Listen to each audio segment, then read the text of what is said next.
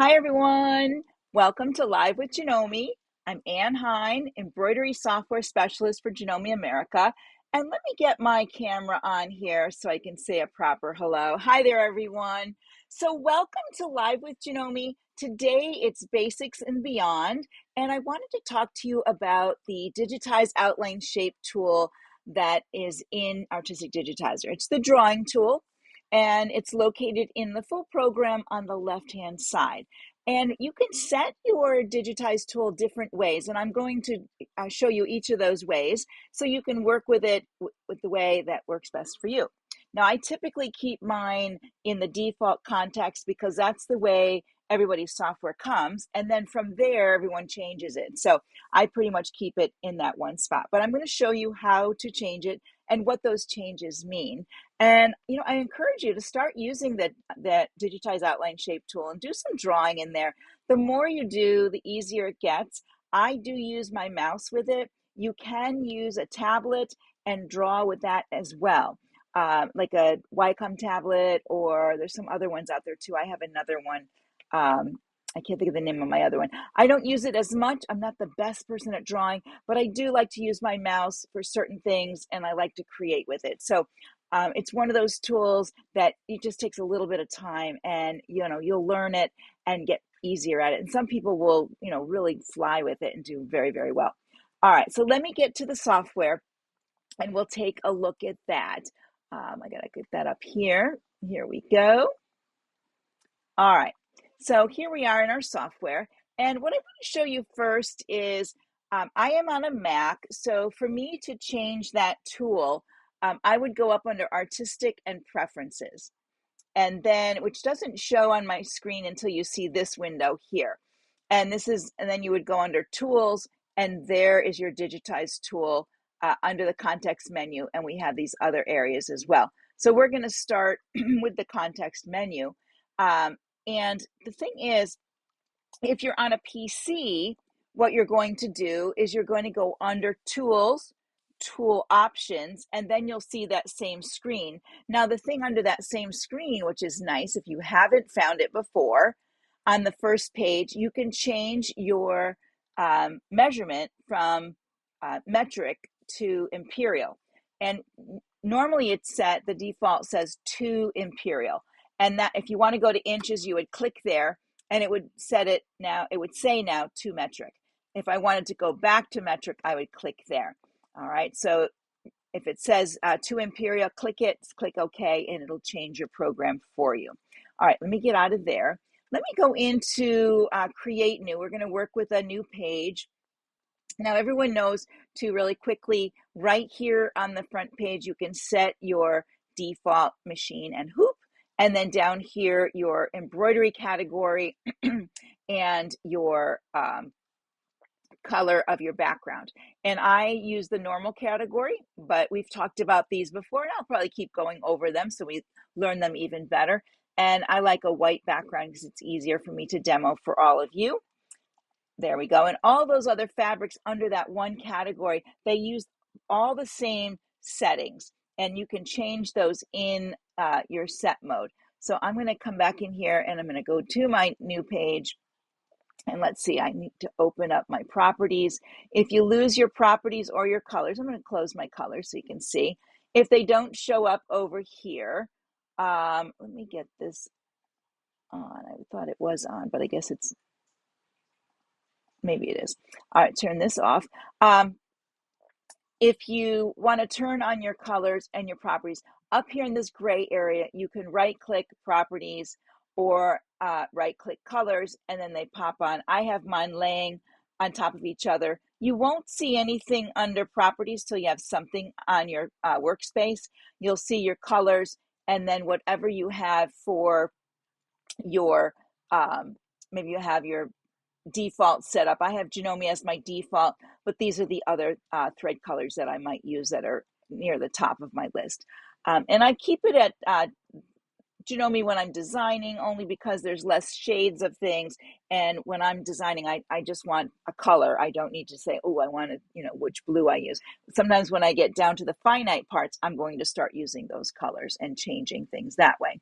All right, so over here on the left side is your digitize outline shape tool. And we have the outline shape tool, the freehand shape tool, and of course the magic wand. And I'll cover the magic wand on a different lesson, but we're going to do the outline shape tool, and I will show you the freehand shape as we go. So you're going to click on that, and then when you come over here, when you're with the context tool, when I make left clicks, I will get a curve node. And if I want to have a straight or a corner node, I will touch shift and then left click. So if I'm just left clicking, I'm getting curve nodes. If I shift and click, I'm going to get my line nodes. Now, once you overlap them, they will become a filled shape. Or if you bring it close, I'll do one off here to the side. And my tool is still active. I still have it selected. So as I start to touch, it's going to start working. When you get up here, if you right click, left click, right click, and then you could do end shape, it'll end it. Now I didn't close that one. So let's go back here and say close section. It's going to close that area. Same thing, you could bring it around and put it right on top and it'll close it as well. It joined these together because I did them all, I'm working with them all together. And of course the pink is because these things are outside. So that's using the digitize outline shape under the context menu. So you're left clicking for your curve nodes, your shift, and left clicking for your line nodes like this. The other thing you can do is you can do a snap to the line, and I'm going to end this here and go up here and turn off my tool, but I'm going to go to a new page and show you that. I am going to put my grid on. You can do it without the grid, but I want to show you with the grid. So sometimes when you're working and you're with the outline shape tool, if you touch the Alt key or on a Mac, you're going to hit Command and you, let's see, I'm going to do Shift because I want them to be on the line. See how it'll snap to those lines for me while I hold the Shift?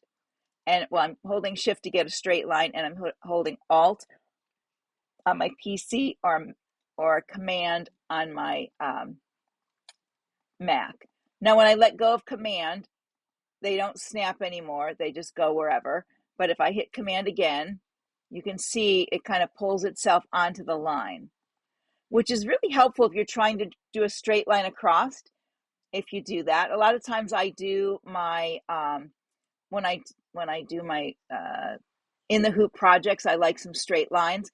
So this is a shortcut way of doing that instead of going up to, I'm going to end this one. The other way to get that snap to is under view, under grid, you have to turn on snap, and then you have to turn it off. So this is a little easier way. And it works the same way with any of the digitized outline shape tools when we change from the context to the other types. The freehand shape tool is your hand drawing tool like this. If you were going to draw something, I'm not the best at drawing. I'm going to try again here. Let's see. Let me move off to the side. So maybe I wanted to draw a flower.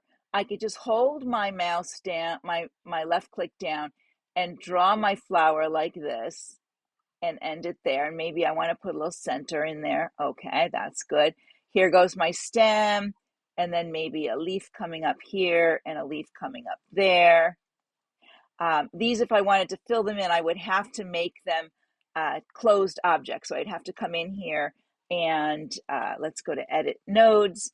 I could come here and do split outline and then bring this one over to here.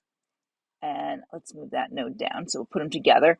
And then if I select them both and let's see, I got to make sure I have them. Let me get them connected here. Here we go. And then I can join them at this point. So let me do, first of all, let's do right click let's select it all and do combine. Hang on, there we go. And then, let's see. If I do break, there we go, break apart, and then edit nodes. And if I join these, it should say join nodes down here. For some reason, it's not popping up for me, maybe because I don't have them in the right spot. And I might have to split the outline. So let me split the outline here and then try to bring that up on top. So that's how you can join your sections, doing those kinds of things. We've done that a little bit before in there, and you could fill these sections in. So that is the context tool. Now, if I was to change to one of the other tools, let me show you again. On my Mac, I'm going to go to Artistic and Preferences. And then on a PC, you would go under Tools, Tool Options, and you would get the same window. And on the second page here where it says Tools, you'll see the context menu. That's the default. You could come down here, the drawings menu, and when you hit OK, it's going to say it'll be applied next time the program starts. So I am going to close my program, and I got a little extra window in there. So let me see if I can close my window. There we go. I'm not saving anything.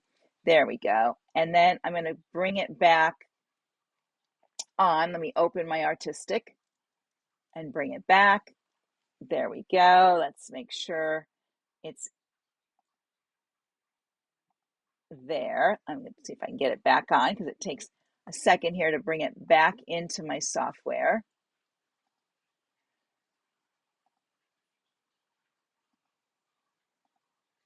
There's me. Let's see if I can get it to come back. There we go. There it is. Okay, just takes a little bit to get that all to pop back in. All right, so the next thing we're going to do is we're going to go in and see what the drawings looks like. Let me get this out of the way here. I'm going to go back to the tool, outline shape, and when I left click, I'm getting curves. When I right click, it ends my shape. So if I'm left clicking, I'm getting curves. If I hit shift and click, it's the same as the context tool. All right, so your contexts and drawings are the same. So let me go ahead. I'm going to close that, and I'm going to close my software. Let's see here. Close window. You have to give me a moment. It takes a second for all of this to pop back on. And I'm going to put the camera on over here to see if we can get it to come up a little quicker. There we go. All right. And so now it should be on. Oh, wait a minute. Did I change it? I did all that and I probably didn't change it. Let's go to the Janome Digitizer. Now you'll see Janome and Elna. If you have Elna Exuberance software, which is the same as Artistic Digitizer, you would select the Elna Digitizer. They're the same, they work the same way. So I'm going to click Janome and OK. Again, I will have to close my software and then open it back up. So let me get the camera on because it seems to work better when I do it this way. Turn this back on and put the software up. There we go. All right. So now let's go in and I'm going to do the outline shape tool. And when I left click, I'm getting my corner nodes. If I right click, I get curves. So it's left for straight, right for curve, left, right, left, right, left. So if I wanted to do, let me back this up. I can either hit delete or backspace to go back. It works that way with all of them. So if I do left and a right and a left and a right and a left and a right and a left and a right and a left and a right, I can get this little shape thing going if I can remember which way my fingers are working and put that on top of itself.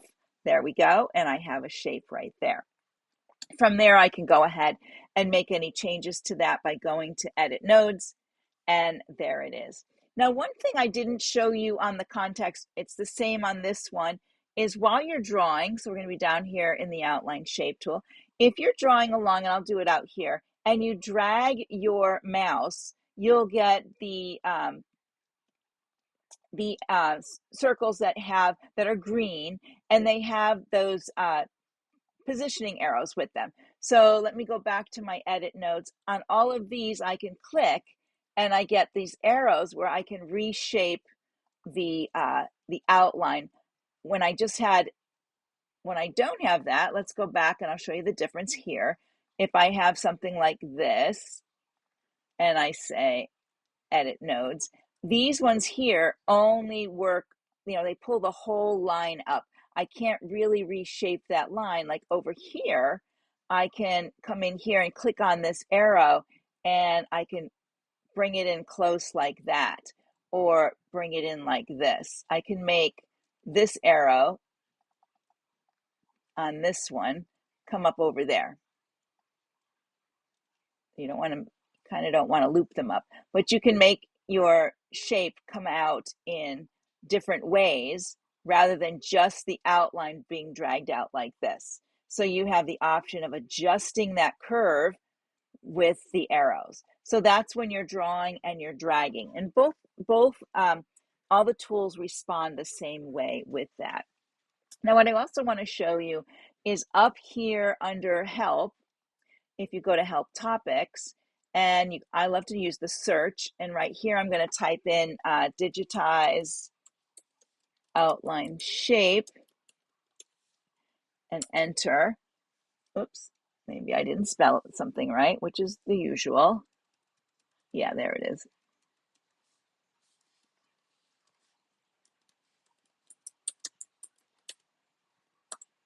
I was never good at, okay, now it doesn't, okay, let me try this. Yes, this is the one I want. Digitize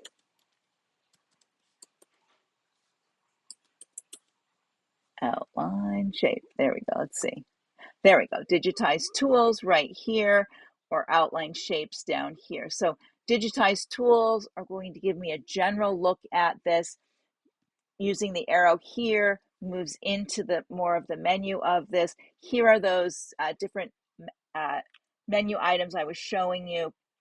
They explain each one of these here so you can read more about it. And it talks about the ends of your objects, and going further when you can click and drag using the Alt key here to click on the grid, how to create a closed shape on top of each other. Here's the context menu and different ways to finish your shapes. It talks about finish section, close section, end shape, the drawings mode, and so forth. And these are, like I said, those are the two defaults that are in there. So you have those you can read through on here. The other tool is the Bezier tool mode, and some people really like that. So I'm going to close this here, and let me go back in here, and I will go to artistic preferences, and I'm going to turn on the Bezier tool. Here we go. Now, some people really like that. Sometimes that confuses me, but I like to make points, I've found out. So let me put that there, not save that, and I'll get the camera on because it works a little bit easier if I do it in this order. And we'll put this software back up. Let me open the software. There we go. There it goes. Got to cycle this around so it comes back up. There we are. All right, so when I go in here and I select outline shape, it's now the Bezier tool. So it's going to give me all of those kind of arrows where dots where I can change all those arrows. Okay, and I could bring it around and put it right on top of each other and have a filled shape, and then select it and edit those nodes. So now I have all those green nodes. So you can set it that way. Also, when you're playing with this one, let me go back up. Left clicking, you're getting your straight nodes, and then if you shift and click, you get curves. If you're dragging, you'll have your Bezier in there. So some people like that all the time. So you can do it that way. If you're in your tool and you're like, oh, I want to stop, hit the escape and it'll end that for you. Then you can select it and delete it. as you like.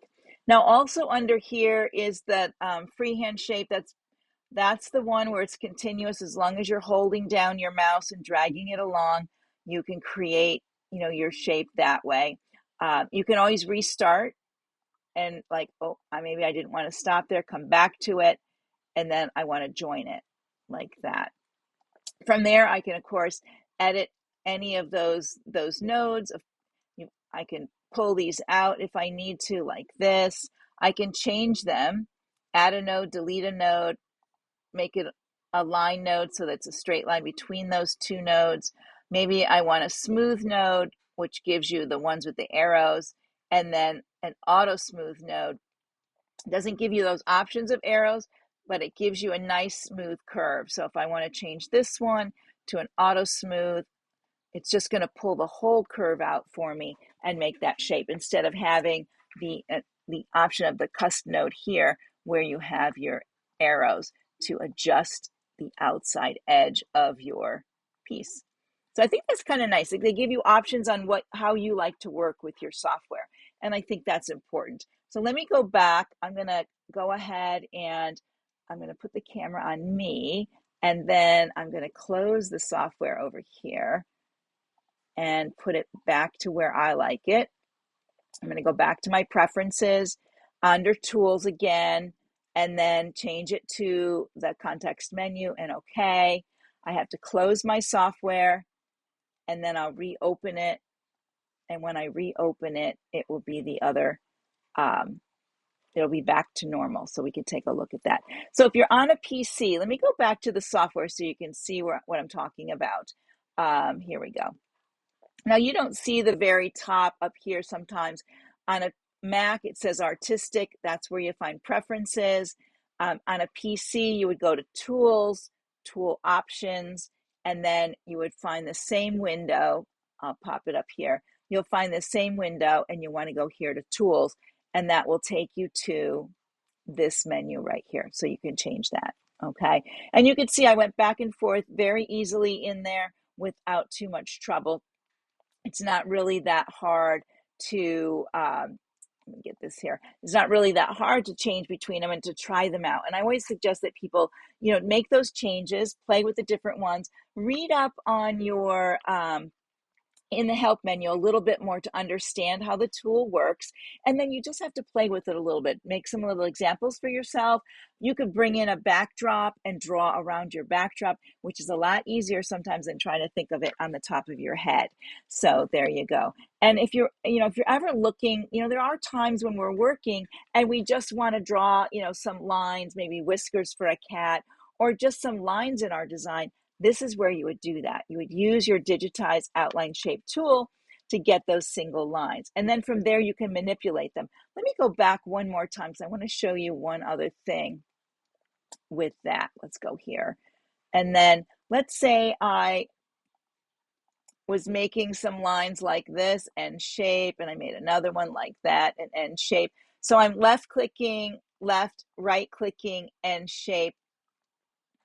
And then if I select one of these over here in my properties, I can make it a satin serial if I want, and I can change the width of it. Let's make it 4.0 mm. And then let's see, there we go. And also, we did this a couple videos back where we converted an outline to object. So, or an object to an outline. So let's click there. What that does is now I can, with my edit nodes, I have more nodes in here so I can make the middle of my shape wider or flex it however I like. So if there's something I wanted to do with this shape, I could. Rather than like if I click over here on one of these and I make it a satin serial and I change it down here, I like to make it wide so we can see it. And I'm putting in, I use inches, but I'm doing 5.0 mm. There we go. Whoops, no, I did not do that right. There we go. The thing when you use your satin serial is you only have a node at the end of it. Okay, let me scroll out so you can see that. You only have a node up here, so you can, you can change it like this, but you can't, I could make it curvy, of course, but I can't really change the shape of it in here. And sometimes that's what you want. You want to be able to change the shape in here. If I go back to my edit nodes, let's bring this in a little bit like that. If I make it a satin over here, a satin fill, then I can direct those stitches as well. When I select it and I go to stitch flow, I have direction, divide, and point direction. So by going this way, I can change the direction of those stitches. I can't do that on a satin serial. You can't change the direction of stitches in here. You don't have any of those options. Over here, I can divide it if I wanted to. Say I wanted to put a divide right here. I can put a little crease in there, which is really cool if you want to make more of a candy cane look. I could put another one here like this and one here. Whoops, let's cross these out. Those are direction. Sometimes I think my software just read my mind. There we go. Click there and drag to get your crease or your divide. There we go. And go back here to this one. Get rid of that. And then click off of that so you can see. Well, up here you can see how I changed. Now that makes some really cool things. If I went ahead and put in another divide, I don't know why that divide didn't work. There we go. Put one there. There it is. And we'll put one here. Maybe we'll delete one.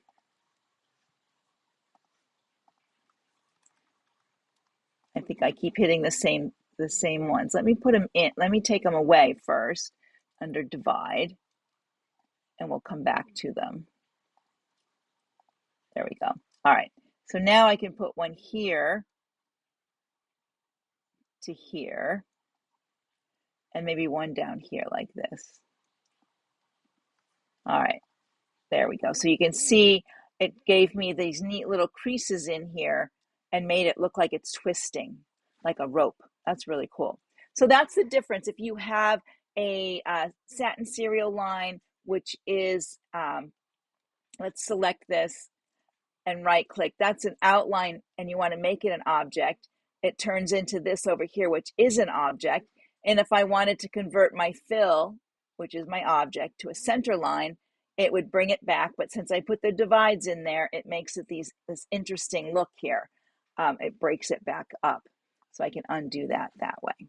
All right, so let me go back to the camera and I will let you guys go for today. So have some fun with the different tools. Now I showed you today how to set your inches, the default hoop, and your embroidery category. We talked a little bit about that. We worked with our digitized outline shape tool and our other drawing tool that's in there, changing to the different types. And it's all about how you left and right click. So you have to play with that a little bit. Near the end here, I showed you how to convert outline to an object or an object to an outline or a fill to an outline on there. They're very similar, but the wording's a little different. And then how to add stitch flow, which is for a satin object, you can have direction, divide, and point direction. So point direction will put a dot in there and bring all your threads into one corner, all into one little spot. So that gives you quite a few things to play with. And also check on your help menu so you can have a little additional help with that as well. All right, everyone, have a great day. Thank you for joining me. We'll see you again next week. I'm not sure what I'm doing next week, something fun for sure. And we'll see you then. Bye for now.